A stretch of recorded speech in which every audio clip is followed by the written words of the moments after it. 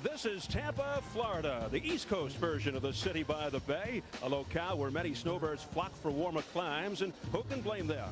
The temperature today near 70 degrees, comfortable evening as we come to you tonight from the state-of-the-art Ice Palace in the heart of downtown Tampa. And we've got a championship doubleheader on tap. Our main event will feature Green versus Joppy 2, the rematch between Julio Cesar Green and William Joppy for the WBA Middleweight Championship. And in our co-feature, former IBF heavyweight champion Tony Tucker looks to restart his career against NABF heavyweight champion Johnny Ruiz. As we welcome you indoors to the Ice Palace, it seems somewhat incongruous to name an arena in Florida the Ice Palace, but after all, it is home principally to the Tampa Bay Lightning of the National Hockey League, and oftentimes a cool escape from the heat. Tonight, we hope to have some heated action in the ring as Showtime plays the Palace, a return of championship boxing to the Sunshine State. Hello again, everybody. I'm Steve Albert. Glad you could join us for our premiere edition of Showtime Championship Boxing for 1998.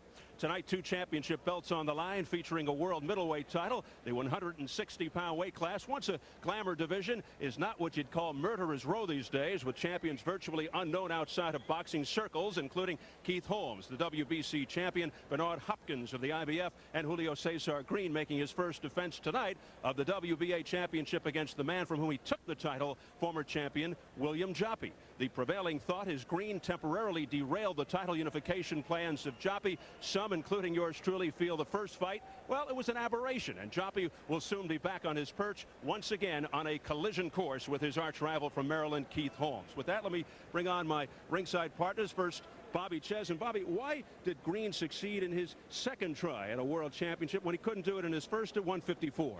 Well, firstly, Steve, William Joppy hurt his right hand very badly in the fight. Halfway through the fight, from round 5 on, William Joppy did not have a right hand, which has been part of his devastating power. He used that right hand so often and so well. Secondly, Green fought a good fight on the inside. He landed some big bombs, and he dropped Joppy. But Joppy got up to drop him twice, and I thought he outboxed Green over the course of the fight. So what the end-all, be-all was that the judges, in their vision, gave Green the decision. All right, let's turn to our other partner here, the fight doctor, Ferdy Pacheco. And as Bobby said, Joppy did drop Green twice in the third round. But from round 5 on in that first fight, Joppy said he fought with an injured right hand. Was that the real reason he lost? I think the real reason he lost was because Green got filled with confidence when Joppy began to back away because his hand was hurt. He didn't know his hand was hurt, and he felt like he outboxed him, outfought him, and that gave him an enormous amount of confidence for this bout. He thinks that last 5 rounds was what he's going to face now with Joppy. Big surprise in store for Green if that's what he thinks. And on top of the hand injury, Joppy took that fight on very short notice, so that should be a factor as well. So that's our main event later this evening as William Joppy looks to avenge his only loss and recapture the WBA middleweight crown from Julio Cesar Green, out to prove that the first fight was no fluke. For more on Joppy's first fight hand injury, let's check in with the other member of our broadcast team. Here's Jim Gray. Jim? All right, thank you very much, Steve. Well, in fact, William Joppy did injure his right hand in the third round of their fight back in August. The injury has now had some calcium deposits. It's been drained. Actually, what it is it's the big knuckle right here on his middle finger. Affects the way he punched. He has now seen several doctors on numerous occasions. He says that the hand is fine right now. It's going to be a constant problem. He wonders if he has his punching power. Joppy talked to the doctors, and we asked him what they said. I went to the doctor, right? They drained it. I had some fluids in it, and they stuck a needle in my knuckle and drained some fluids. I had to stay off it for like a month, and then I started back boxing. When you throw a punch and you injure your hand, that's because your hand is not completely closed. But when your hand's completely closed, you can throw it any kind of way. It'll never be injured. It's one of those things that happen. Like I said, it comes with the territory. It's boxing. Things like that happen. You got to keep going. And deal with it and keep going. And here to address the problem, the co-manager of William Joppy, J.D. Brown. Just exactly how is the hand, and are you concerned about it tonight? Well, Jim, Joppy has been training real hard. He's tested the hand on many occasions. The hand is perfect. Like I said, it was in the fight somewhat like a toothache. You know, every time he would touch it where the nerve was out. But now the hand is fine. He's ready to win. the world title back. As you know, he gave the last time a display of the best punch in boxing, the jab. He gave the guy a boxing lesson. Tonight he's going to have all the tools, and he's going to win the world title back. Was it, in fact, the hand that prevented him from winning last time, or was it that Green got confidence as the fight went on? Well, I think that he was beaten by the pin, not necessarily by Green. And therefore, if everything is fair and even tonight, you'll see the best middleweight in the world, William Joppy. J.D., thank you. We look forward to seeing the fight. Thank you. All right, let's send it back out now to ringside and Steve Albert. All right, Jim, not to be outdone, Green told us he, too, injured his right hand in the first fight, suggesting they were on equal terms. Incidentally, later tonight, Jim will talk with Evander Holyfield on a variety of subjects in an interview recorded earlier. But first up from Tampa, Johnny the Quiet Man Ruiz will make his second defense of the NABF heavyweight title against former IBF heavyweight champion Tony TNT Tucker. At the age of 39, Tucker hoping to climb back into the world heavyweight picture yet again. And let us take a look at the challenger. Here he is, Tony Tucker, still fighting after all these years, some wondering why. He turned pro back in 1980. His first loss came after 35 fights to a guy named Mike Tyson, who took the IBF heavyweight belt away, which Tucker had won only 63 days earlier over Buster Douglas in 1987. In fact, Tucker is in the Guinness Book of World Records for the shortest heavyweight reign. He failed in bids for the WBC title against Lennox Lewis and the WBA belt against Bruce Seldon. Gave up the NABF crown to fight Herbie Hyde for the WBO title last year, but lost by second round TKO. He always had the power of the chin, but desire and motivation, another story. As we take a look now at the man he'll be facing, the champion, John the Quiet Man Ruiz. All business, very few words. Lives up to his nickname. Considered a hot prospect when he was suddenly clocked in the first 19 seconds in by David Tuitt in '96. But since then, 6-0 with 5 KOs, including 2 first-round knockouts and the impressive NABF title win over James Thunder. And comes off a 22-second obliteration of Ray Annis. Still a well-kept secret, but slowly emerging in the heavyweight division. Now top 10 in the WBC and WBA. Let's check the numbers as we go to the tail of the tape. You can see the disparity in age. A 3-inch height advantage for Tucker. At the weigh-in yesterday, Ruiz up from 221. His last fight, Tucker down to 236 3/4. He was 255 2 fights ago. And the 2.5-inch reach advantage for Tucker. The key rules for this championship fight: there is no standing 8 count, no 3 knockdown rule. A fighter cannot be saved by the bell in any round. Now, if the fight is stopped by an accidental headbutt before the end of the 4th round, the fighters ruled a technical draw. If it happens after the end of round 4, they go to the scorecards. So here at the Ice Palace in Tampa, Florida, Tony Tucker's ready, and so are we for the NABF Heavyweight Championship. Ruiz versus Tucker. The formal introductions from our ring announcer, Jimmy Lennon Jr. Gentlemen, a very good evening to you, and we welcome you to the Ice Palace here in beautiful Tampa, Florida, as we have a big night of action coming your way. It's all brought to you courtesy of Don King Productions and St. Ides. This bout coming away is sanctioned by the North American Boxing Federation, the president Sam Macias, supervisor Joel Dovenbarger, along with the Florida State Athletic Commission, the chairman Eric Riley. Introducing to you our judges, scoring this bout from ringside, Rick Bays, Mark Streisand, and Bob Watson. Now presenting to you our referee in charge of this bout. He'll be giving instructions after the introductions, Jorge Alonso. All right, bands, here we go with the NABF Heavyweight Championship, scheduled 12 rounds of boxing.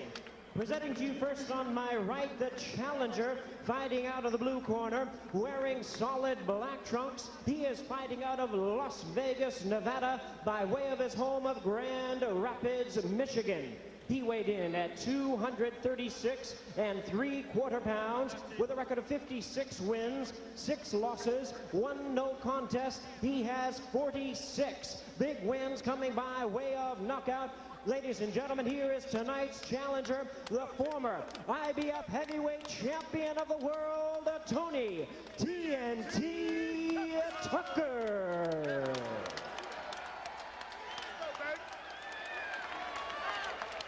And his opponent across the ring, presenting the defending champion on my left, fighting out of the red corner. He is wearing black trunks with white lettering, joining us from Chelsea, Massachusetts.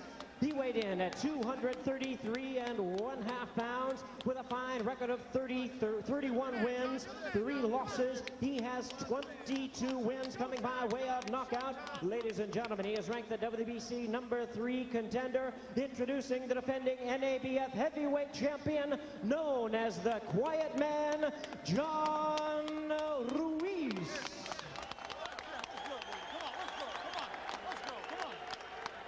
And once again, here's our referee in charge, Jorge Alonso. Tony. All right, gentlemen, we went over the rules yesterday. We went over the rules earlier today. Okay? Let me remind you, you know the rules of boxing. I'm here to make sure you carry out those rules properly, okay? This is 12 rounds of the NABF Heavyweight Championship. You have any questions on this corner? You have any questions? Remember, obey my commands, and when I say break, step back, no punching. Good luck. Touch gloves, gentlemen. Back to your corners.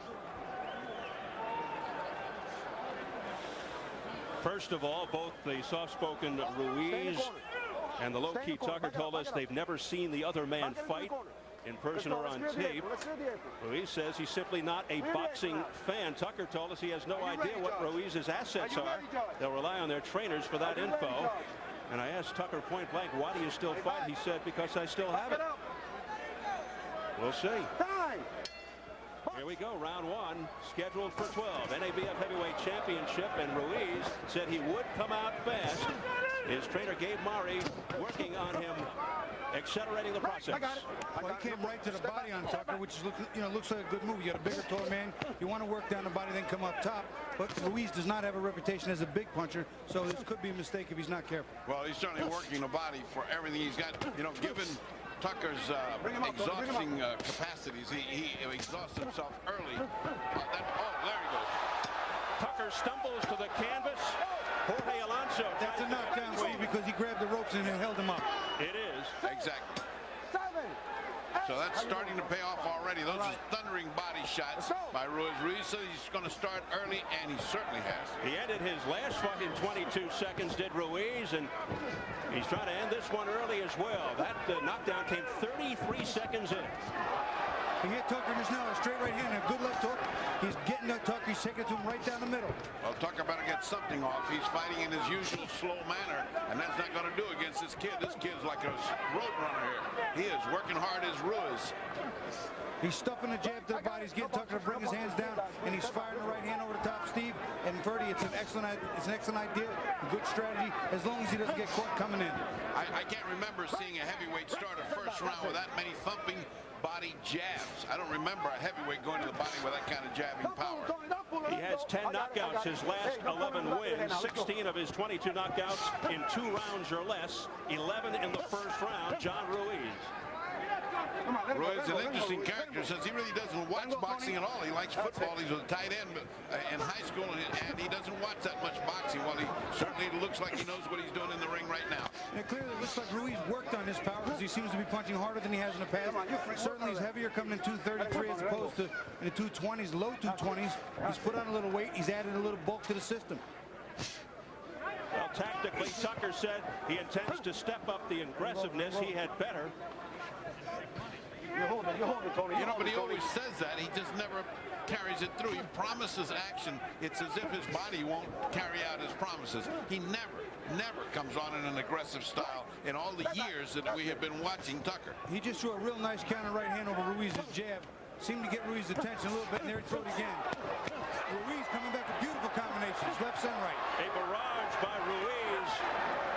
And Tucker just looking to hang on in the final 20 seconds. And most of those landed, so Tucker is in front of a windmill here. This is a pace, gentlemen, that heavyweights at this weight cannot keep for 12 rounds. Ruiz extremely focused, working the jab, and there's a straight right, and down goes Tucker again for the second time in the round. There's no 3 knockdown rule, but there's the bell anyway.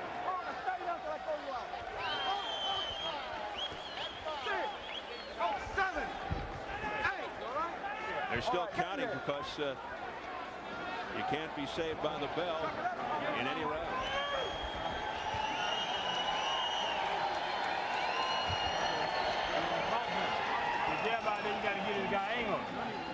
Now use your experience. All right. Stop trying to use the big muscle. All right. How you feel? All right. Boxing. You use the jab.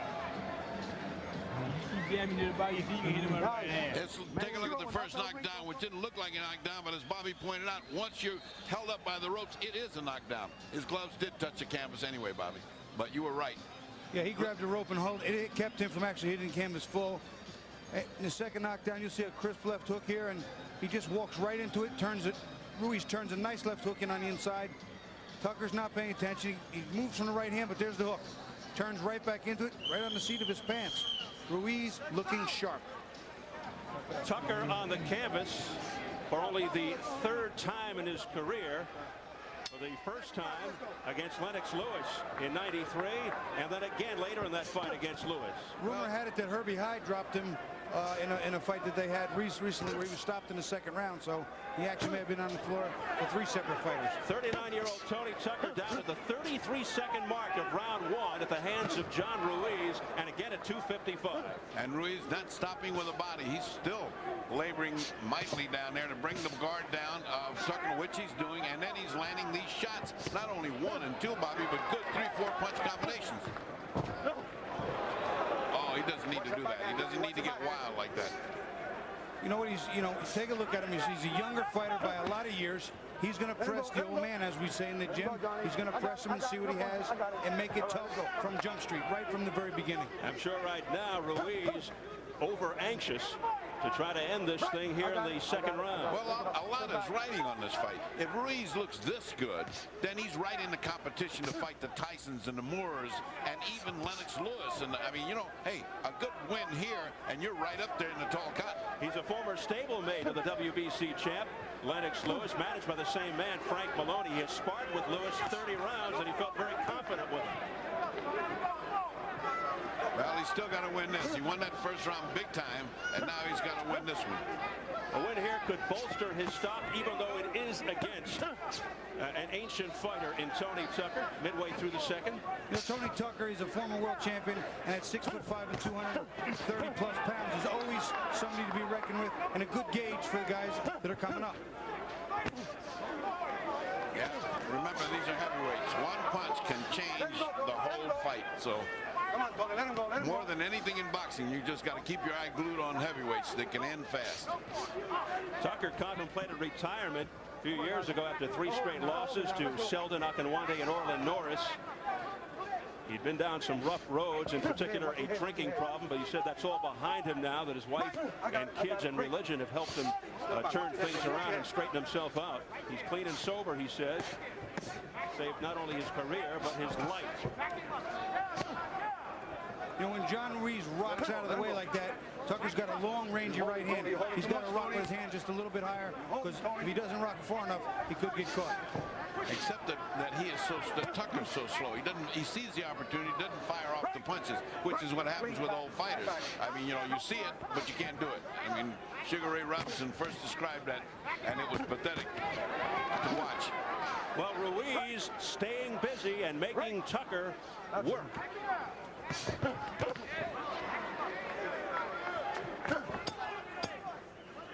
Another good round. The bell sounding a little early there, but it was a very, very anemic sounding bell. Actually, I think that was the bang on the board. It was 10 seconds. It wasn't a bell. Okay. Well, she was too close to it. Let's go backstage to Jim Gray. All right, thank you very much, Steve. I'm now joined by Julio Cesar Green. Hector Perez will interpret for us the cloud last time when Green won and all of the controversy. Has that bothered him, and does he want to win convincingly because of that? ¿Qué piensas de la última pelea? La gente y todo, que hablan de que él ganó. ¿Qué piensas tú de eso? Lo que yo pienso que tengo que hacer el mejor trabajo ahora y quitarme la duda de esa cosa. He just has to do better work, and he's going to take care of business, that's all. How bad is the blood between him and Joppy? Because they seemingly have not been getting along since that fight very well at all, and there's been some bad blood. ¿Cómo piensas tú y cómo te la llevas con él ahora que toda la gente que está hablando de todo esto, los manejadores y todo, tú sabes cómo? Allá arriba el trabajo que vamos a hacer y el manejador y el trabajo que nosotros hagamos aquí abajo, ese va a ser el Yeah, he's just going to go ahead and go in there. He's going to take care of business. It's between him and Joppy, and that's it. Best of luck. We look forward to the fight. Thank you. Dominicana. Back out to you, Steve.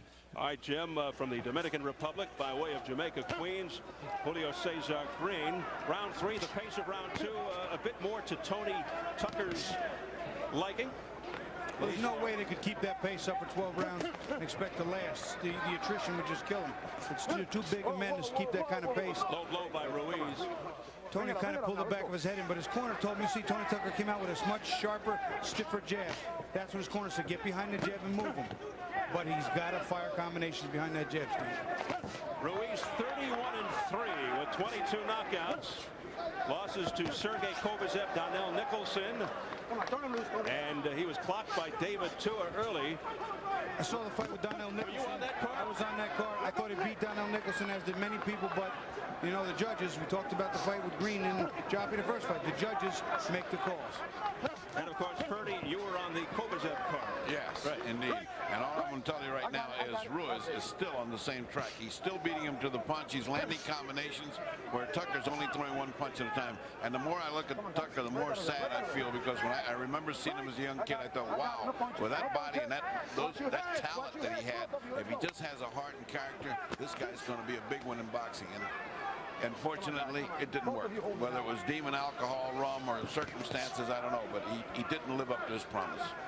The last time he looked so good physically, had the washboard stomach, he had the weight down, was back in '93, although he lost to Lennox Lewis. And he did look good. He got off the floor to acquit himself well. Right. He's fighting a lot smarter, fighting a lot better this round. Well, he's looking to bounce back here with some shots to the head of Ruiz, but Ruiz has answers himself. Good straight left by Tony Tucker that got Ruiz's attention. That was the best fighting Tucker has done since this thing started. Ruiz is punching a lot better, although he's not a big banger. I don't think a slugfest is what he really wants. We want to see here now if he follows these jabs up, Tucker, with combinations. Come on, guys, break it up, Then go, Tony. If he's more aggressive, if he's going forward rather than backward, if he's stepping in or staying away. Well, he's starting to come forward more here in round 3. He's much taller and he's got a much longer reach. He should be able to out-jab Ruiz silly, but he's not doing it. Well, you know what, too, though? He's also bigger, he's heavier, he's a little older and slower, so that's going to make up for it in the difference. 13-year age difference. Ruiz is quicker and has the youth on his side right now.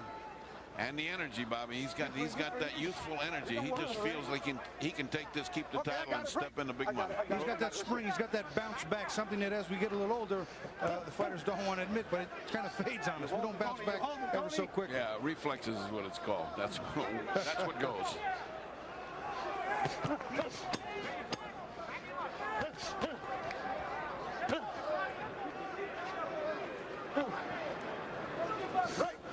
Sounds like she's hitting the bell. She did it again. Yeah, maybe that's the style around here. I don't know. Making a mistake. Nice round, back of the back. Give me an inch water. Give me an inch water, please.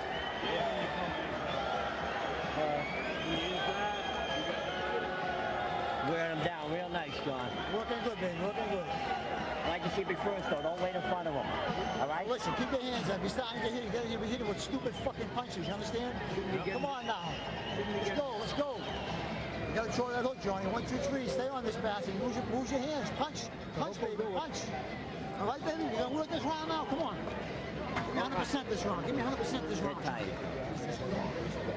You stay on. You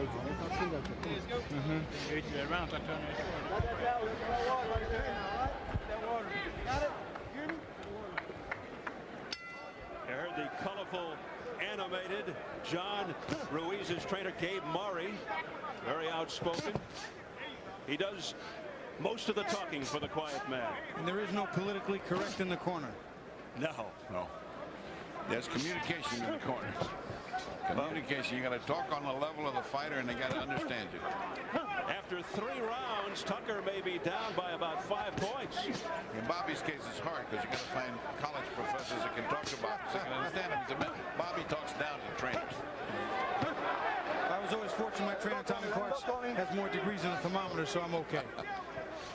All right, we enter into round number 4. Tony Tucker, 56-6, won no contest, 46 knockouts, former IBF heavyweight champ, beat Buster Douglas in '87, lost the title to Mike Tyson 63 days later. Tony Tucker fought a better round in the last round than he had in the first 2, and he started similarly here, but I think that youth, that spring, that energy, is just not there for him to keep it up. Well, that's a good example that last round, because it looks like he was just going to start to take the round over, and then Ruiz came back and took the nice shot Tucker by just Ruiz. walked right into a straight right. It was a sneaky overhand right that just dipped over the jab of Tucker, and it was very nicely done. So beautiful timing shot. To finish the thought, Bobby, I thought that Ruiz won the last round off his powerful finishes, like he's doing right now. Ruiz all over Tucker, pummeling him upstairs and down. Coming at him like a battering ram to the midsection. Well, that's just it, Steve. He's throwing in combination. He hits Tucker, and he doesn't stop. He follows up with 3, 4, 5 more. Steps out, comes back again. Tucker lands 1 or 2, and he doesn't follow it up. He doesn't have the energy, or he just hasn't worked on combination punching. Tucker's coming forward more than I've seen him in a long time. His corner has got him all steamed up to come forward, but all he's doing is getting beamed as he comes forward. He has a new corner. It's his father, Robert Tucker. Oh. See that rock and roll move? Tony Tucker comes in with a slow, lethargic jab, and John Ruiz turns on it and fires the right hand back right over the top. It's a tremendous counterpunch. Oh, it's a beautiful punch. It looked like an artillery shell coming in slow and exploding right on the jaw. Wow. Jorge Alonso cautioning Tucker about holding. Under 30 seconds in round 4. Tucker surviving a couple of knockdowns in the opening round. Let him go now, let him go now, let him go. Well, if Ruiz is in the kind of shape that he can keep this up for the rest of these rounds, then Tucker's in for a fearful beating. I figured out what that is. When she hits the hammer, it's obviously the 10-second warning, but it's so close to the bell, it reverberates off the bell, and it's distracting. Yeah, because it sounds like a... What's the chief section? Now, that's my point. I'm through. I'm through. What? I'm through with the holding. That's it. Ruiz was pushing him backwards. Hey, you got to use that jab. You got to get off first, and you got to start getting him angry. If you grab him, get off with some punches. But Ruby can say anything. And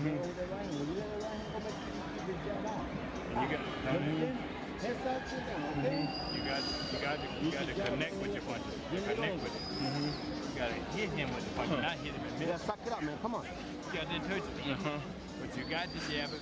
Let's take a look at Tucker. He gets caught coming in. I think this is the shot where we see that artillery shell explode right on his. Oh boy! You see a little rock and roll. He just rocks his shoulder back in his head and fires over 30, and it's a pretty shot. Wonderful counterpunch.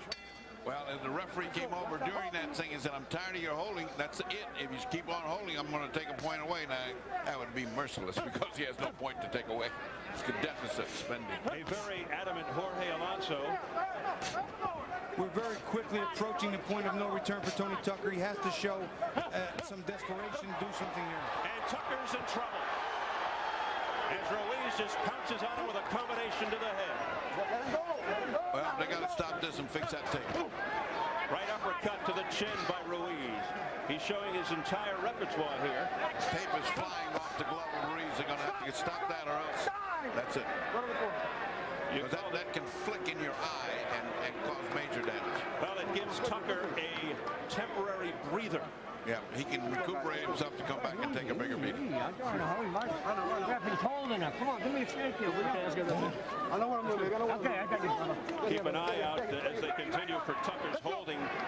He's been warned several times by the referee. Let's see if Tucker resorts to those tactics again just to hang in there. That's a stiff jab to the body. It's a shotgun jab downstairs. I love what Ruiz is doing. You'd be surprised how much over the course of a couple of rounds that will debilitate you and really catch up with the fight. And just as you say it, there they are again, the combination to the midsection. He never lets up on that jab. I love what I see here.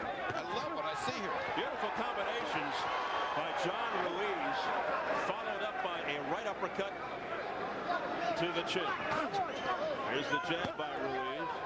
I love Ruiz's energy and the fact that he's putting 2 and 3 and 4 punches together. The fact that he's going to the body with a jab. He's throwing a lot. Gorgeous left hook there by Ruiz. He's throwing nice combinations, nice counter combinations, and I will tell you, right now, Now they're taking the point away from Tucker. And that's the point we talked about. He told him I didn't see, I frankly don't agree with that. I don't see that it was that much flagrant holding on the part of Tony Tucker. He doesn't have enough problems. 1 point less, oh well. You know, we talked about this a lot of times, but technically holding, even a clinch when you're hurt, is illegal. A very confident John Ruiz just flicking that jab at will, and it is finding a home on the face of Tony Tucker. Oh, way low blow by Tucker. And Jorge Alonso now warning Tucker. Oh boy, trouble is mounting for poor Tucker. Not only did they just take away a point, now it's a low blow that He's desperate now. He's trying anything. Well, he's a sinking battleship right now. Right now, he truly is, Ferdy, and I don't think Tony Tucker's ever been dominated quite this badly. Ruiz continues to unload.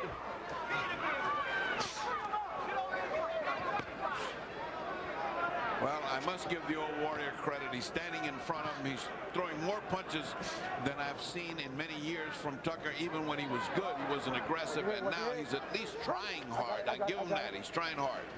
It seems, though, like almost a futile effort by the 39-year-old veteran. And now the tape on Tucker's left glove is starting to come undone. A right uppercut by John Ruiz, but I do believe Tucker blocked part of it to soften, cushion the blow. There's that shotgun jab by Ruiz, nearly a low blow at the bell by Tucker.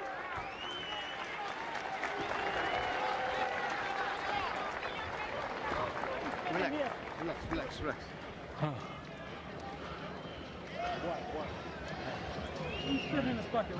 Got it. Come on, Champ. All right, let's watch Ruiz's start. 2 jabs, 3 jabs, right hand over and a hook. Well, I mean, and then he doesn't stop. He keeps right on coming. Now, those are combinations which hurt because Tucker, all right, Bobby, go to the other. And every time he gets inside, he lands clean shots, right hand, left hook. Tucker gets hurt, he holds on, and he will just hold on. Here he's almost choking him, and the referee, getting a little upset, says, you know what, I've had enough of this. There's a point off. I think this is a little premature, but it's a take charge, no nonsense referee. He's doing what he sees is right. Tony, get that glove. Heads up. Come on. Heads up, Chip. Let's go real quick. Get your angle. Real quick. Step to your right leg, right hand. Let's go now. Let's go. The irony here is, for the first time in a long while, Tony Tucker, who is still getting taped over there. There's some loose tape on his left hand. Very late in coming back into the action. Tucker showing a desire and determination and motivation, but being outclassed, outskilled. But there's no quitting Tony Tucker. He's coming forward. He's trying to make a fight. He just doesn't have what it takes right now to get back in this thing. Right now, he is past the point after 5 rounds with no return. TNT has been diffused in this fight, getting knocked down twice in round 1 and having 1 point taken away for holding in round 5. For those of you that are interested in higher mathematics, I have it 50 to 33. That gives you an idea how far away he is. Not to 43, I'm sorry, 43. Still quite a disparity. I have it 50 to 42. Yeah. First round, I scored 10-7 because of the 2 knockdowns. Yeah, I only made that a 10-8, but because one of the night things wasn't that bad. But on the other hand, it doesn't make any difference, 1 point more or less here. John Ruiz is rocking from side to side, sometimes going down his right, firing the right hand, sometimes coming down to the right and firing the left hook. He's mixing it up. He's giving different looks and angles to Tony Tucker, and Tony's not adjusting well. Ruiz describes himself as a boxer, calling his best punch the jab. He does have very nice tools. You can see his focus. He does have pretty good side to side. Let him go. Hard body shot just now. If you watch right now from the outside, Ruiz is walking Tony Tucker to the right, counterclockwise, as opposed to most orthodox fighters move always to the left. Jab moved to left. He was walking to the right and hooking Tony Tucker and doing something that most boxers that are orthodox don't do. And Tucker's holding. Oh boy, now he's really holding. See, now that's holding. He won't let go of that arm. You're free, Johnny. You're free. You just rest there. And Ruiz resting on the body of Tony Tucker. John taking a little break here, trying to refuel. He has gotten tired all of a sudden after all those punches, John Ruiz. Let's go. Ruiz debuted at 184, worked his way up to the 220s, and in all 3 of his losses, he tried to step up in competition. Well, they told you the Donald Nicholson fight, I thought he won a decision. The Fluid fight was no contest. What a heavy slugging left hook that was after a beautiful combination. John Ruiz got hurt by a right hand. He walked into a right hand, Steve. A straight right by Tony Tucker, and all of a sudden things have turned dramatically. Well, he's got 37 seconds to go, and back comes Ruiz. Now we'll see what kind of guts he's got and what kind of chin he's got. Ruiz has been down once in his career by David Tua. He slides to the canvas. It is not ruled a knockdown. But I'll tell you what, Hurt had a lot to do with that. Tony Tucker out of nowhere coming on. That's what we said. With the heavyweights, only 1 punch needed.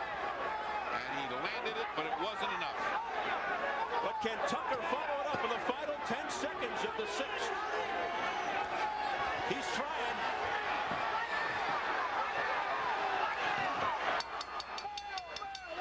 Tucker did enough to win that round, Bertie. Oh, he did that. It might be a new fight. Come on, Jim. Johnny, he's dead tired. Come on, what are you doing? Drop your hands like a fucking amateur. You all right? You all right? Talk to me, baby. Talk to me. You all right? You all right? Johnny. Win that fight now. Come on. Johnny, come on. Johnny. That's right, box, please. Like you do with little baby face, man. Johnny, what the fuck are you doing with this guy? This up. Breathe now. Breathe. Head him out. Come back. Put the water down. Come on. Come on. Come back with us. Come on. Johnny, that's stupid. Let's take a look at where he got rocked, and this fight could turn around on this one shot. Look at how low the hands are.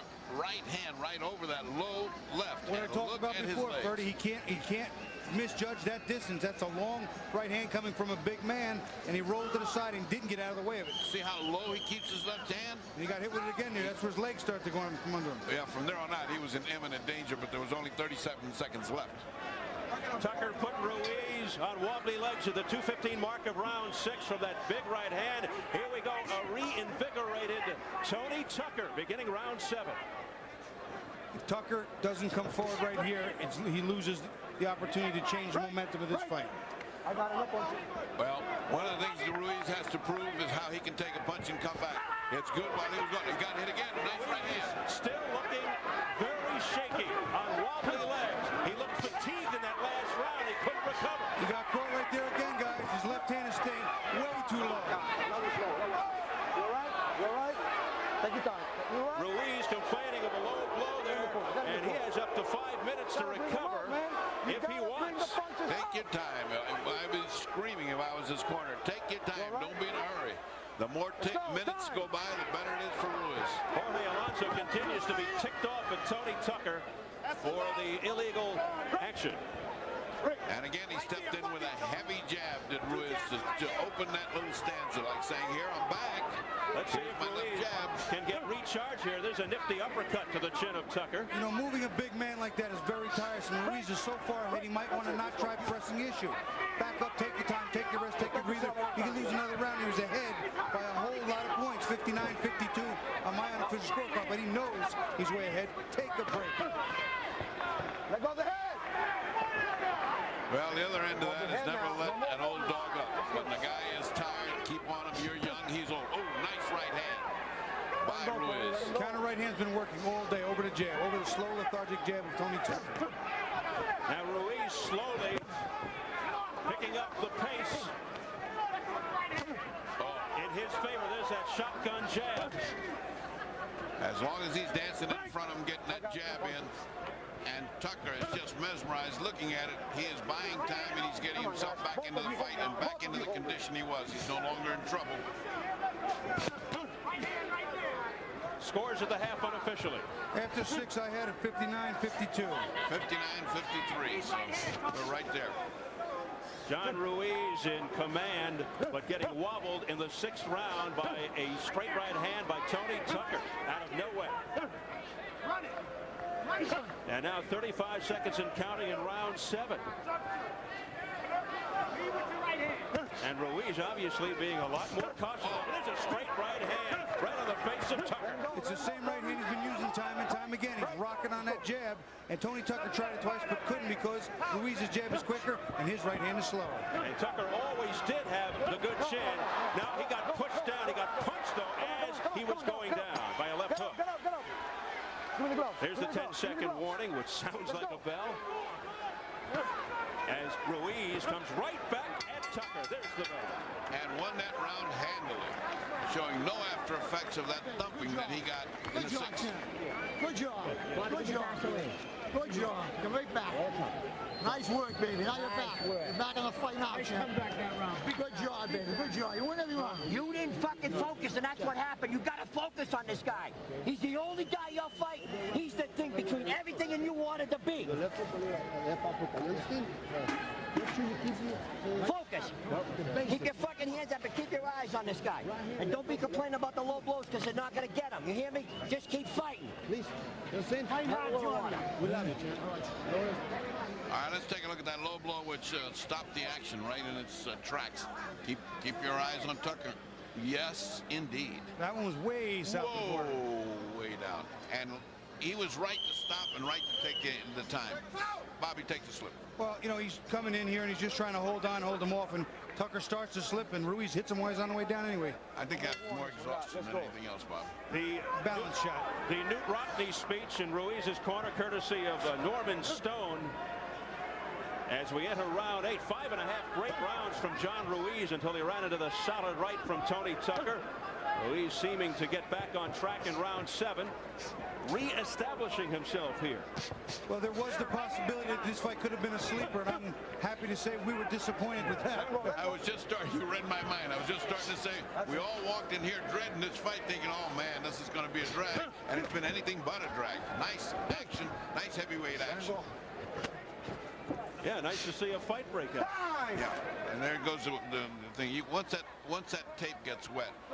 Hey, come on, let's go, guys. Let's do this right. And the crowd. Do that right. Come on. Before the fight started, I thought Ruiz would win by decision, but clearly not in this dominating a fashion. That's Norm Snow with the mustache. You got to cut that. You should let in that part of the glove. You should have as much tape as you want to on it. I mean, you know, you're not going to do anything with that. You can fight with the laces like that, man. Okay, buddy. Thanks. Come off again. Let's go. Time in.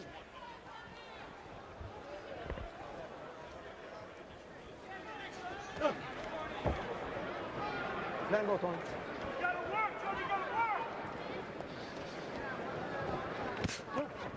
Now Tony Tucker up on the balls of his feet, trying to get a second win, showing a little more movement than usual. Ruiz still stuffing that body to the jab, not landing it as cleanly now, but still working downstairs, now coming up top. Beautiful jab. 4 jabs in a row. That was 4, and all of them landing, and there's the glove again. There's the tape again. Maybe they ought to send out for some duct tape. Or crazy glue. Crazy glue would do it. Well, they're going to have to stop again shortly if that tape continues to dangle. Well, the referee is going to give him a little bit more time this time, I think. Right. I got it. With holding. Meanwhile, he gets on Tucker for the holding again. He's already deducted a point for that. Well, he'd be in trouble if he next another one, because you're looking at disqualification.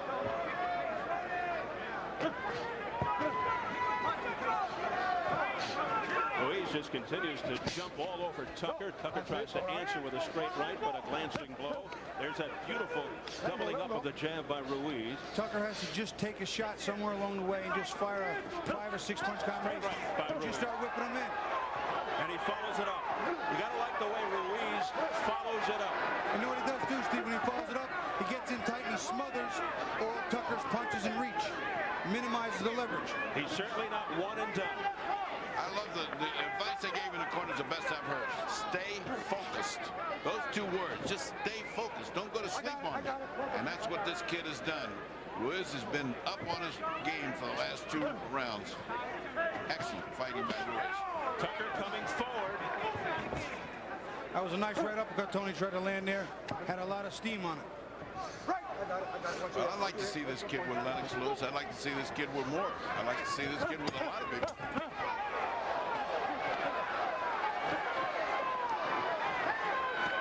I think his stock is skyrocketing right now. He doesn't make a mistake. Beautiful. Wow, what a finish.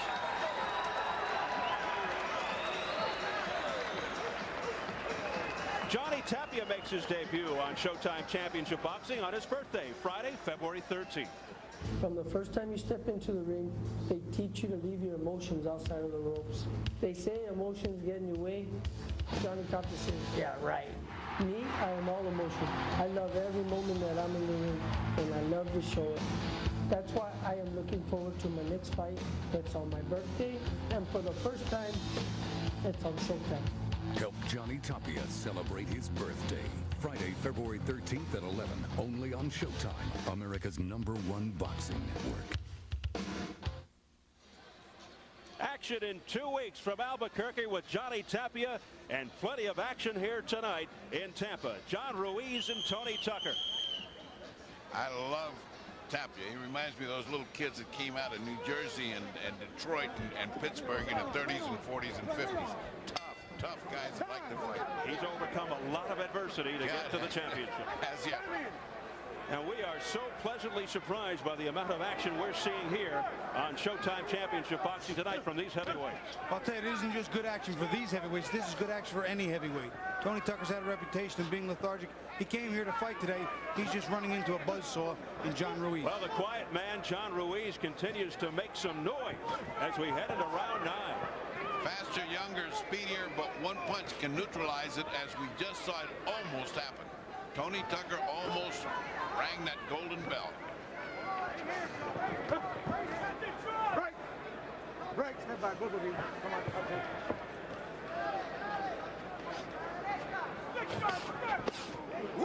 Nice body shot by Tucker and a left up top. He just ate a tremendous left hook too, Steve. Back comes Ruiz. What a left hook. That's like punishment for what you did. See, a little of this holding on the inside here too is Ruiz initiated. Comes in on the inside, puts his hands up there. Some of this is not Tony Tucker's doing. You know, but once you're looking at it Tony Tucker's way, that's all the referee sees. It starts to look just his way. Here's that straight left jab by John Ruiz. And boy, has he shown us to be a terrific counterpuncher. Let him go. Well, Ruiz has got very little to go. 4 rounds. This is a bad call, gentlemen. Oh, man. One more point and he finds himself in some kind of trouble. The crowd echoing its disapproval. Let go of that hand now. Yeah, if he has to stop this from disqualifying for, Akawandi was holding. That's holding. That's holding every round. They don't let you fight. That was holding. That was a disgrace. That's what we're seeing here. Holding in a normal fight. A left hook by John Ruiz, flush on the face of Tucker. And Tucker's going to have one blown up face at the end of this night. Well, what's for Tucker? Will he hang it up after this? You know, it would be out for this fight. You got to say, hey, that's enough. Tony, go home. Come on, Johnny, you can get out of there. Get a life. Well, we're very happy that he's gotten his life together, coming off the drinking problem. Not a bad right hand. Tony just threw off the side of Ruiz. A second one, starting to find a place for the right hand. Yeah, you can't, this is boxing. You got to wait till it's walked around. When the bell rings, then we can talk about who's going to do what to win.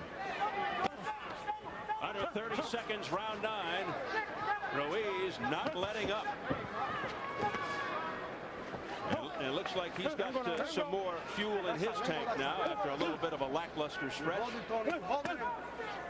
He was wobbled by a straight right back in the 6th by Tucker. But you see, Tucker continues to fight very, very slowly, but he's doing something. He slips through the ropes. Not a knockdown. That was on the wet corner, on the wet spot in the corner. A lot of moisture over there in Tucker's corner. Well, another round where we put a big 10 for Ruiz and an 8 for Tucker. Well, for those of you with internet access, be sure to visit ShowtimeOnline.com. When you click on the championship boxing link, you'll find stats and information about tonight's card, plus interactive games and previews and reviews of all Showtime championship boxing events. That's all on ShowtimeOnline.com. Left hook, right jab, left hook, right hand. Right uppercut, left hook, right hand. Step to the side, right hand, because you got to get him out of there. Yeah.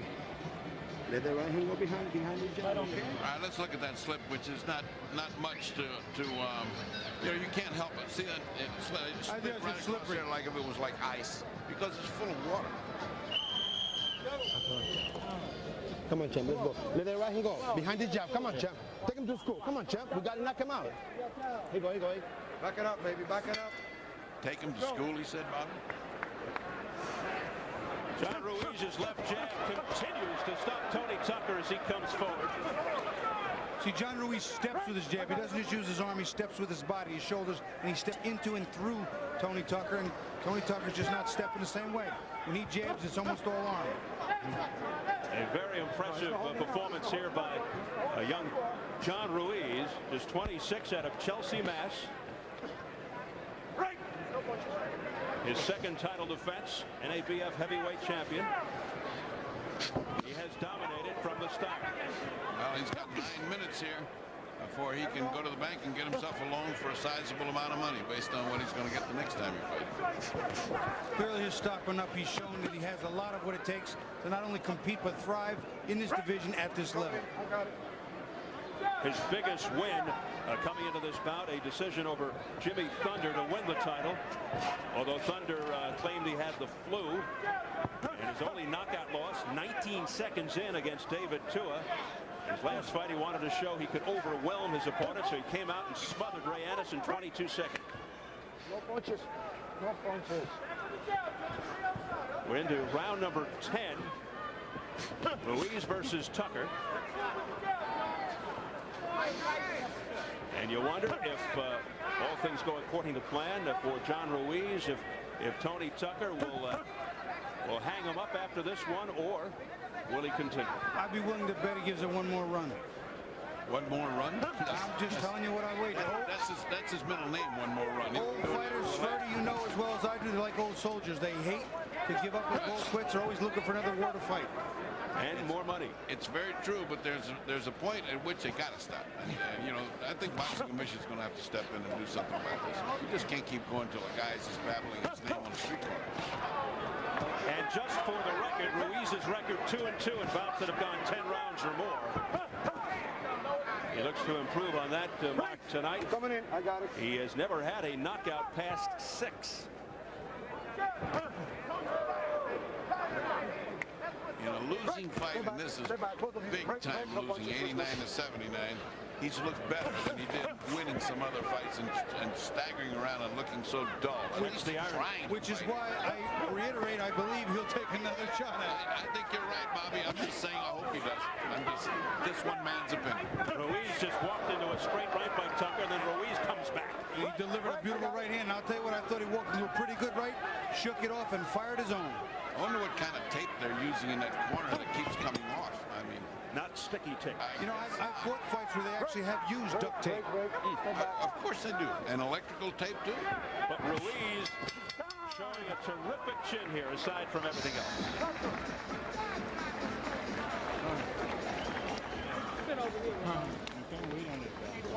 You can't wait on him. Yeah. You wait too long.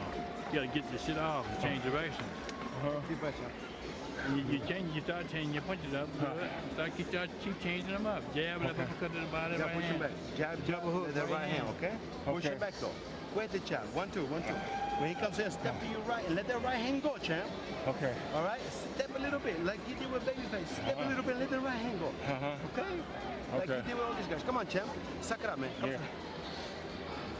Jab. Try to win this fight any way they can, John. Right. Go out there and box. Go out there and box. You hear me? Yep. Go out there and box. You be the boss of the champ. Look at it, dog. I'll set down here. Go out there and box. You hear me? All right, Johnny. Keep sticking, Johnny. Keep sticking, Johnny. Give him the 2 magic words. Keep focused. No let up from that John Ruiz corner. Tony Tucker's father, Robert Tucker in very low-key fashion on the other side. Round 11, 6 minutes and counting, and retaining John Ruiz's title, barring any unforeseen circumstances. Down he goes with a straight right. Beautiful lead right hand. Tony walked right into it. He's in trouble, fellas. Well, now it's exhaustion and he got hurt. Now the referee's got to use some judgment. Only 17 seconds into round 11. He's got a long way to go. Long way to go. Referee's got to use his judgment. You see the clock. And Ruiz trying to finish it here. Beautiful left jab, followed up by the right uppercut. Ruiz just smothering him. A right uppercut to the chin. Beautiful right uppercut. Tony's in trouble. His legs are not under him. And he's going to get stopped here, fellas. Anytime now, coach. Getting ready. And that's it. Mercifully stopped in round 11. John Ruiz remains NABF heavyweight champion.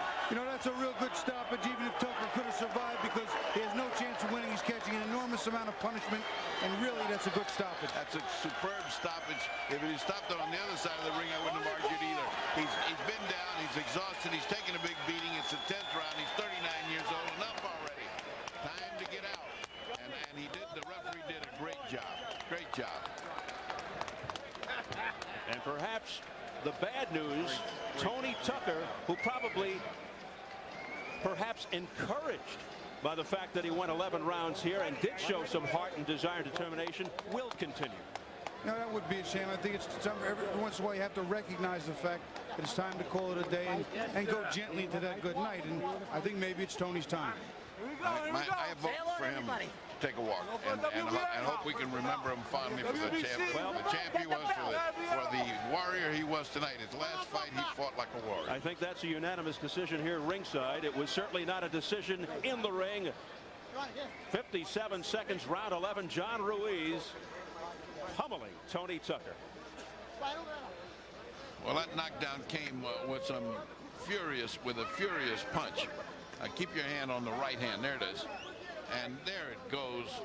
Now, Bobby, take the finish of the fight. Well, you know what, Freddie, really, that right hand wasn't even that vicious a right hand. It was a great timing shot, and Tony walked right into it. And the end of the fight, Ruiz is just cleaning up on him. He knows Tony's hurt. His legs aren't under him. He's bullying him back, and the uppercut is working beautiful. He is tearing into him with everything he has. Left hand, right hand. He's tired too. Tony's big and awkward, but he's digging, he's landing, he's finding the jaw, enough to stop the fight. There were 3 knockdowns, 2 in round 1, and then the finisher in round 11. And the end came 57 seconds, round 11, a TKO for John Ruiz as they continue to attend with the end swell to Tony Tucker. Unable to recapture the NABF belt, drops to 56-7. Meanwhile, John Ruiz ups his record to 32-3 with 23 knockouts. They called him an emerging heavyweight. And he is a man we've got to continue to follow. John Ruiz. In case you're wondering, all 3 judges had it. 99-87.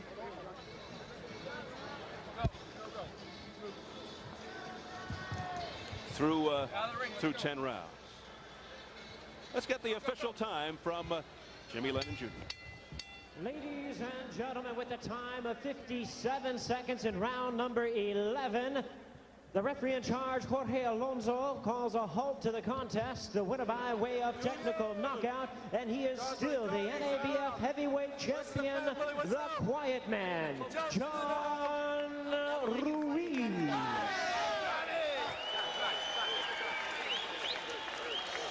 So Johnny Ruiz from Chelsea, Massachusetts, retains his NABF heavyweight championship. A TKO over Tony Tucker, round 11.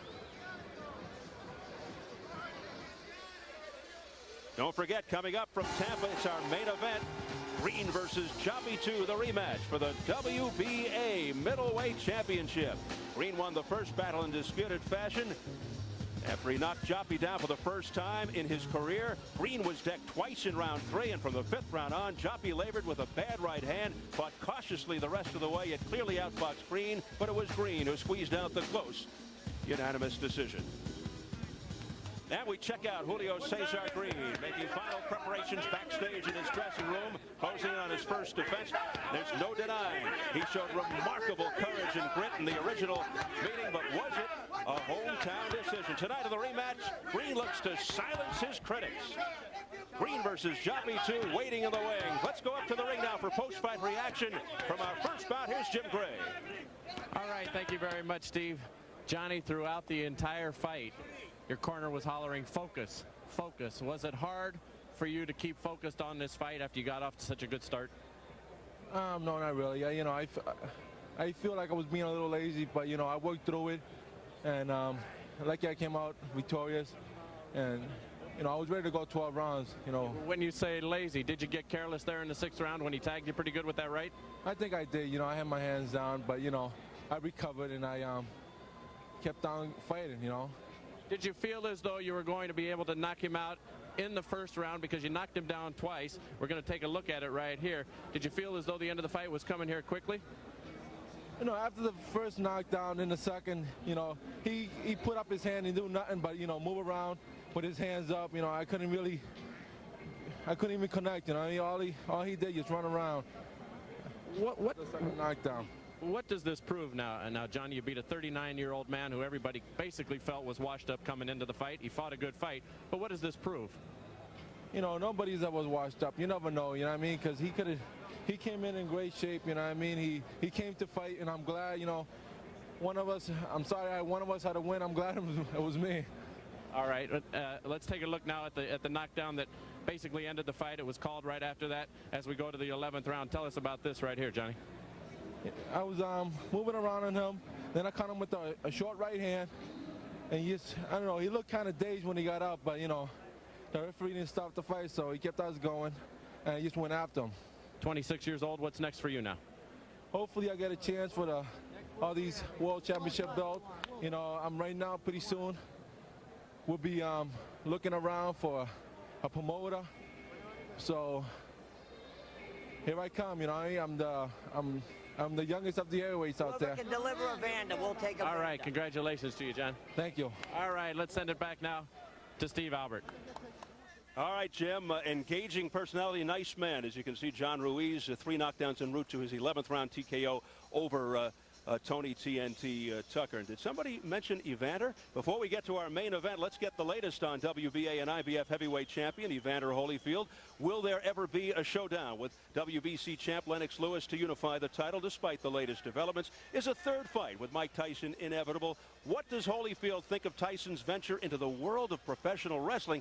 And will that jeopardize Tyson's chances for boxing reinstatement? Well, earlier today, Jim Gray had a chance to talk with Holyfield via satellite from his home just outside Atlanta. Evander Holyfield joining us from Atlanta. Evander, good to see you. How you doing, champ? I'm doing fine. Evander, you were on the verge of signing the fight and taking on Lennox Lewis to unify the title. What happened? Well, a lot of different things happened. I guess the most positive thing that happened is that we both wanted to fight, and the fight wasn't made because wasn't enough money for both fighters to be satisfied. Reportedly, you were offered $16 million. It's been reported that you wanted $20 million. Was it a $4 million difference? Well, I don't think so much of the money. It was just so much of the principal things. You know, I had to prove myself to fight Mike Tyson a couple of times to prove the fighter that I am. And I think it's a lack of respect for them to ask me to take less to fight a fight supposed to be bigger.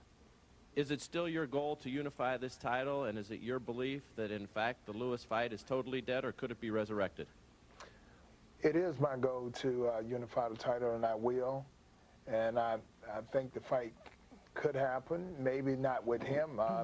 You know, he has to fight a couple of fights himself. It's not, I guess, a for sure thing that he will win all his fight. Hopefully that if he do, that the fight can take place. Jim Thomas is Evander Holyfield's attorney, and he was involved in these negotiations. Jim also joins us from Atlanta. Jim, what exactly is it that you feel caused these negotiations to break down? Well, it's a complicated situation, Jim. Fundamentally, a problem was that Lennox Lewis is tied exclusively to TBKO, so there was no competition for the fight. Don King, as the promoter, needed to make the fight. He needed to make a deal with Lennox Lewis, make a deal with Evander Holyfield, and make a deal with the television distributor, and in this case, there was only one who could compete. You can do that in any order. In this case, TBKO was telling me and us that they were going to do the fight whatever it took. Because of turmoil in the Lewis camp, Don felt he needed to make a deal with Lewis first and lock that down. Lewis was demanding more money than he had ever made before. And then when we came back around to TBKO, it looked to me like the TBKO people who were telling us they would do whatever it takes got the rug pulled out from under them, and therefore got it pulled out from under us, and there just wasn't enough money for Don to ever make an offer for any fight for Evander. So Evander was never even offered a fight because there wasn't enough money there, and it was clear, and TBKO was not willing to budge, and they weren't willing to let Showtime do the fight, even though Showtime told us they would do the fight at the numbers that the fighters wanted. So it's more complicated than it's been portrayed by the people who are pointing fingers. But by those who are pointing fingers and by the spin in the press, it has come across as though $16 million wasn't enough for Evander, and he has been painted as greedy, as being a greedy fighter. Are you saying that's not the case? It's not the case at all, and there's another factor. Evander talked about the respect factor, and there's another factor that's a matter of principle and honor, in that when Evander was getting ready to fight Michael Moorer, he took the position that he felt, given all he had done in his life and all he had sacrificed, he should not fight a major title unification bout for less than $20 million. Showtime stepped up to the plate and paid the $20 million. It would have been a breach of honor for Evander to go across the street to Showtime's competitor and then go back on that word and say, I'll take less. So there were a lot of factors working, but greed was not one of them at all.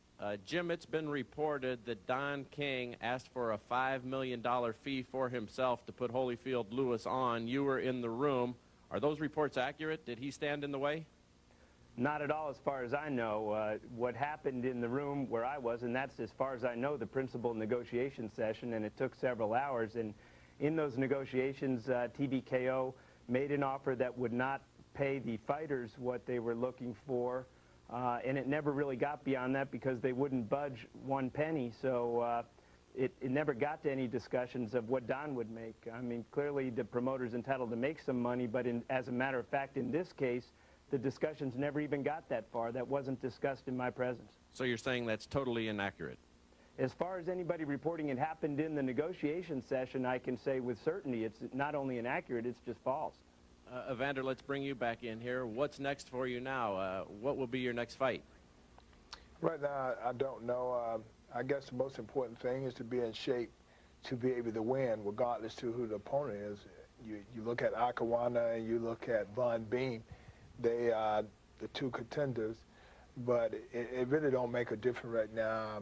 I'm willing to pay the prices necessary to one day be the undisputed champ again.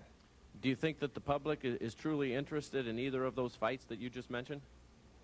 Well, you know, I guess, the public demands a lot, but the most important thing is there's rules and regulation, and if I don't abide by the rules and regulation, it'd be hard for me to be the undisputed champion because they'll take them two belts and I still will have one. I'm trying to get all three. Now, you are a friend of Nelson Mandela. You have expressed a desire to fight in South Africa. Franz Botha would be the opponent. Do you feel as though that bout could become a reality here shortly?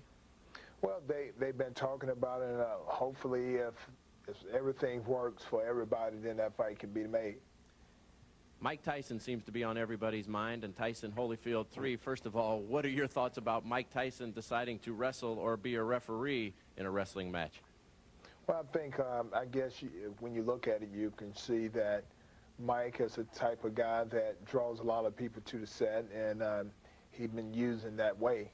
And I'm just looking forward to the boxing. Do you think that's a good idea for him to wrestle? Is it something you would do?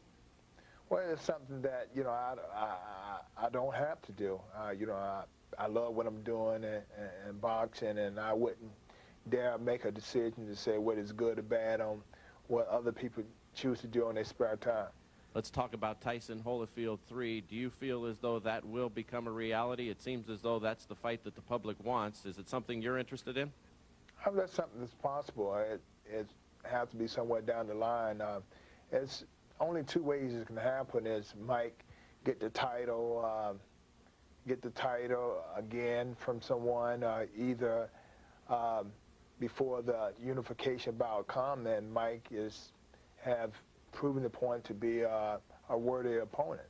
But you're no longer opposed to fighting him. In the past, you had said you didn't want that fight. What you're saying now is you're open to that, and that's something that may be put together?